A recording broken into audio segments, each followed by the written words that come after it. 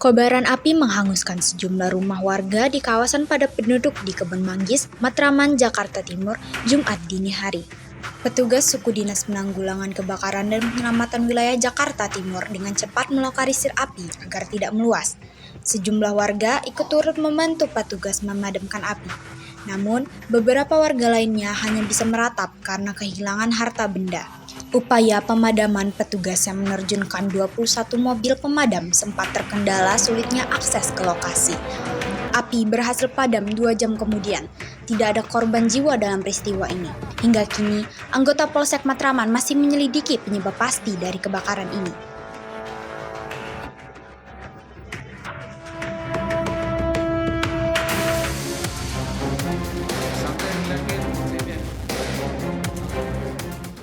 Seorang nenek berumur 80 tahun terluka di sendi kakinya usai terjatuh di lantai 3 sebuah ruko Jalan Bandengan Selatan, Tambora, Jakarta Barat.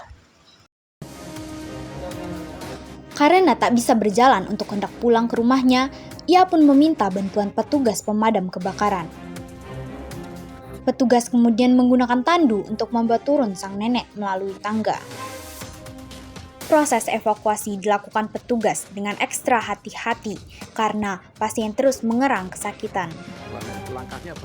Setelah tiba di bawah, ia kemudian dipindahkan ke ambulans. Korban selanjutnya dibawa ke Rumah Sakit Atma Jaya Penjaringan, Jakarta Utara untuk menjalani pengobatan medis.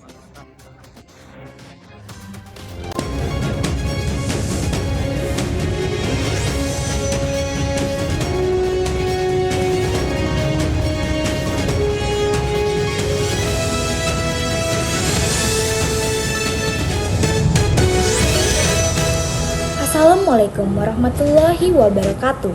Selamat siang pemirsa. Selain berita tadi, sejumlah informasi menarik lainnya juga akan mengisi Lintas iNews siang hari ini. Bersama saya, Raisya Fadila. Inilah Lintas iNews siang selengkapnya.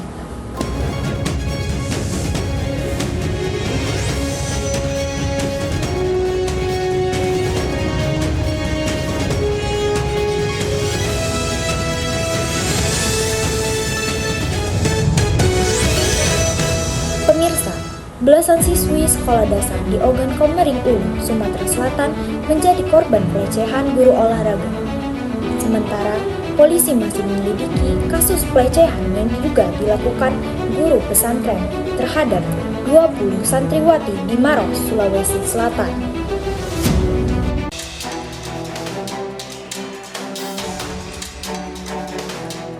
Guru olahraga yang berstatus sebagai pegawai negeri ini harus mendekam di Mapolres Ogan Komering Ulu, Sumatera Selatan.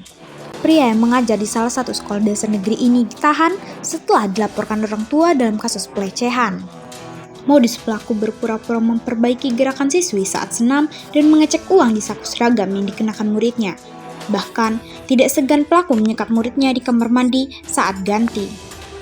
Perbuatan yang dilakukan oleh tersangka ini sudah membuat trauma siswa karena hal-hal yang dilakukan oleh tersangka dalam mendekati siswa atau membetulkan gerakan kegiatan pada saat pendidikan olahraga. Mungkin kalau sanksi mungkin pemecatan dari VNS-nya itu Pak, sesuai dengan aturan yang berlaku di ASN. Hingga kini, polisi masih terus menyelidiki kasus ini, sementara pelaku dijerat Undang-Undang Perlindungan Anak dan terancam hukuman 15 tahun penjara. Dari Ogan Komering Ulu, Sumatera Selatan, iNews melaporkan.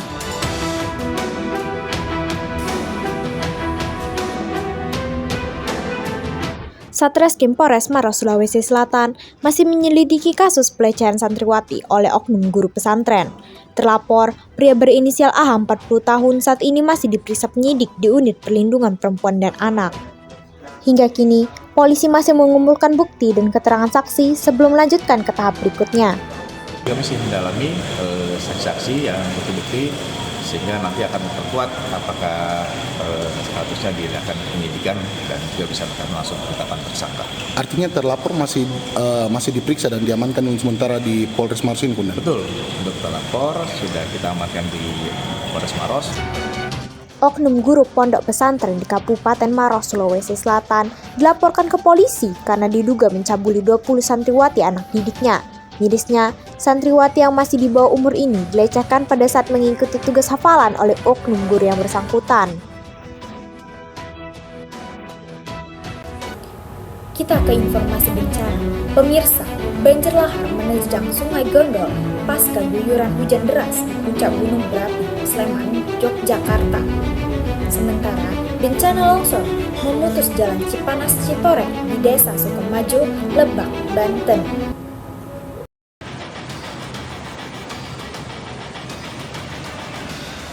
Video amatir warga merekam derasnya aliran lahar Merapi di Sungai Gendol, Cangkringan, Sleman, Yogyakarta, Kamis sore.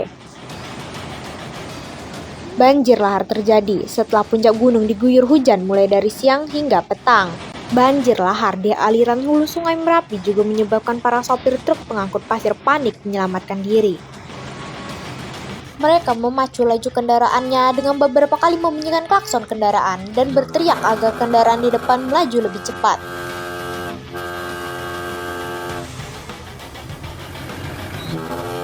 Sementara itu, pada Kamis sore terjadi guguran awan panas berdurasi 117 detik dengan jarak luncur 1.400 meter ke arah barat daya Kali Krasa. Pantauan Balai Penyelidikan dan Pengembangan Teknologi Kebencanaan Geologi BPPTKG Yogyakarta, status Gunung Merapi saat ini berada di level 3, status siaga.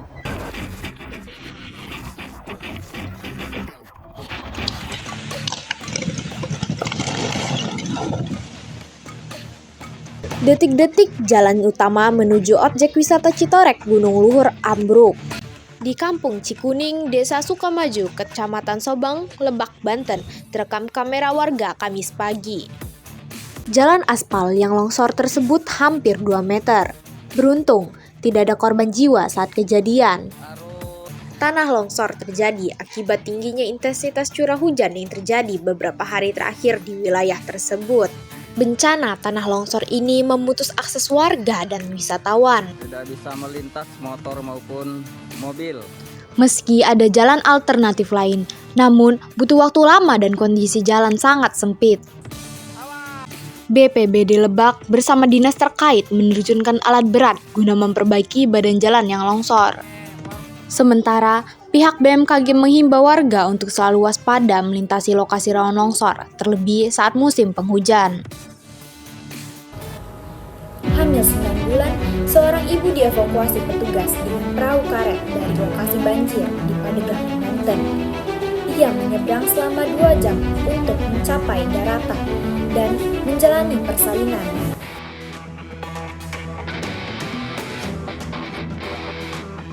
Ibu hamil 9 bulan, warga desa Idaman, Kecamatan Patia, Pandeglang, Banten, harus menempuh perjalanan dengan perahu karet melintasi lokasi banjir ke puskesmas. Arisah saat itu akan melahirkan anak ketiganya saat rumahnya terkepung banjir. Dengan bantuan petugas dan bidan desa, dibawa menuju puskesmas terdekat dengan menggunakan perahu karet.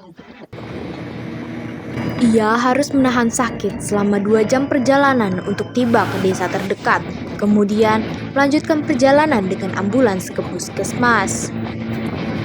Kita mau ke bidan yang ini dulu aja ya, maksudnya supaya kalau ada apa-apa kita alatnya lebih memadai gitu. Kalau di kampung kan kalau misalnya ada apa-apa susah ya Pak ya, apalagi sekarang sedang banjir. Proses evakuasi terpaksa dilakukan karena kondisi sang ibu tidak memungkinkan untuk melahirkan di rumah. Sementara fasilitas bidan tidak memadai, apalagi di tengah kondisi banjir. Banjir menggenangi sejumlah kawasan di Pandeglang, Banten selama 4 hari. Warga saat ini berharap bantuan perahu karet untuk mengevakuasi korban yang terjebak di rumah mereka.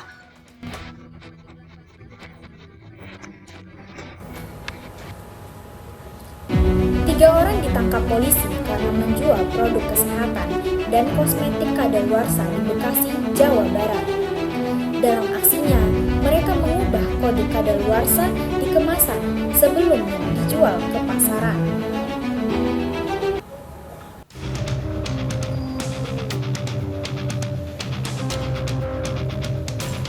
Unit Kriminal Khusus Polres Metro Bekasi menangkap 3 orang yang menjual produk kadaluarsa secara online. Ketiga pelaku ditangkap di Desa Bahagia, Kecamatan Babelan. Ketiganya masing-masing RH sebagai pemilik yang menyiapkan dan menjual produk, serta 2 orang karyawannya. Mereka menjual berbagai produk kadaluarsa, mulai dari produk kesehatan dan bayi, kosmetik, alat kebersihan, hingga alat kontrasepsi. Modus pelaku dengan memperbaharui tanggal kadaluarsa di kemasan dan menjualnya secara online. Selama 6 tahun, pelaku sudah meraup cuan lebih dari 800 juta rupiah. Ketiga pelaku dijerat pasal Undang-Undang Perlindungan Konsumen dengan hukuman penjara 5 tahun dan denda paling banyak 2 miliar rupiah. Kita ke informasi lainnya, pemirsa. Presiden Republik Indonesia Prabowo Subianto tiba di Bandara Rio de Janeiro, Brazil pada malam Sabtu.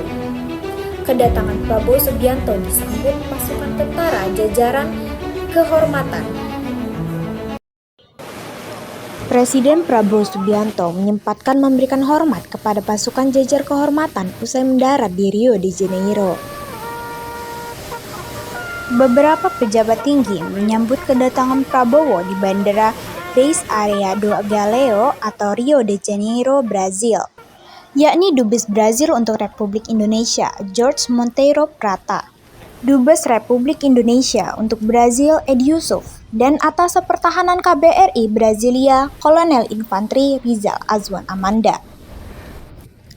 Setelah prosesi penyambutan, Prabowo Subianto bergegas masuk ke dalam mobil untuk menuju hotel tempatnya beristirahat.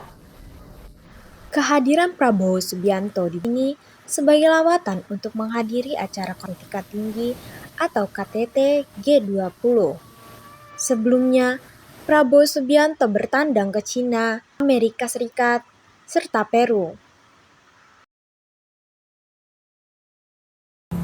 Pemirsa, puluhan warga Indonesia di Brazil antusias menyambut kedatangan Presiden RI Prabowo Subianto Sabtu malam. Mereka menyiapkan buket bunga untuk diberikan kepada Prabowo setibanya di Brazil.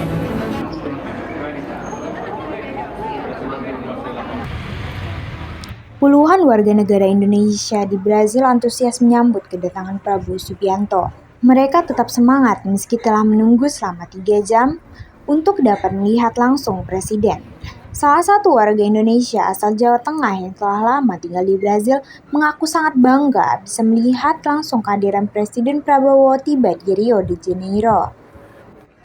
Lawatan Presiden Prabowo Subianto ke Brazil kali ini untuk menghadiri konferensi tingkat tinggi atau KTT G20. Kami bangga untuk bisa menyambut kedatangan Pak Prabowo sebagai Presiden baru ya dari Indonesia. Saya kira dia bisa mewakili negara Indonesia di dalam G20 ya. Ya, senang banget ya, sangat antusias untuk menyambut Presiden kita Prabowo Subianto. Meskipun udah larut malam, tapi kita tetap senang dan mudah-mudahan pada KTT G20 ini beliau bisa membuat Indonesia berkontribusi lebih untuk menyelesaikan masalah global ekonomi di G20. Jujur pertama kali ketemu Presiden ya, senang banget dan kesempatan yang luar biasa banget bisa ketemu langsung dan jabat tangan langsung sama Pak Prabowo. Selamat datang di Rio de Janeiro. Mudah-mudahan bisa ke depannya lebih membawa hal-hal yang lebih positif untuk negara Indonesia. Sebelum terbang ke Brazil, Presiden Prabowo Subianto hadir rangkaian KTT APEC 2024 Peru. Dalam KTT tersebut, Indonesia berhasil menjalin kerjasama dengan sejumlah negara dan meningkatkan perdagangan bebas yang berprinsip pada keadilan. Presiden Prabowo Subianto merampungkan sejumlah agenda penting dan menghadiri KTT APEC 2024 di Kota Lima, Peru. Indonesia berhasil menjalin kerjasama dengan beberapa negara untuk melanjutkan sektor ekonomi hingga terapkan perdagangan bebas yang berprinsip pada keadilan.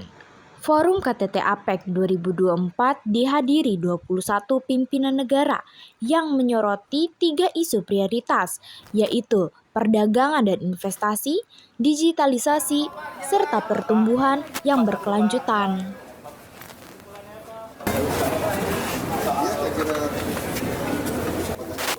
Kita meneruskan suatu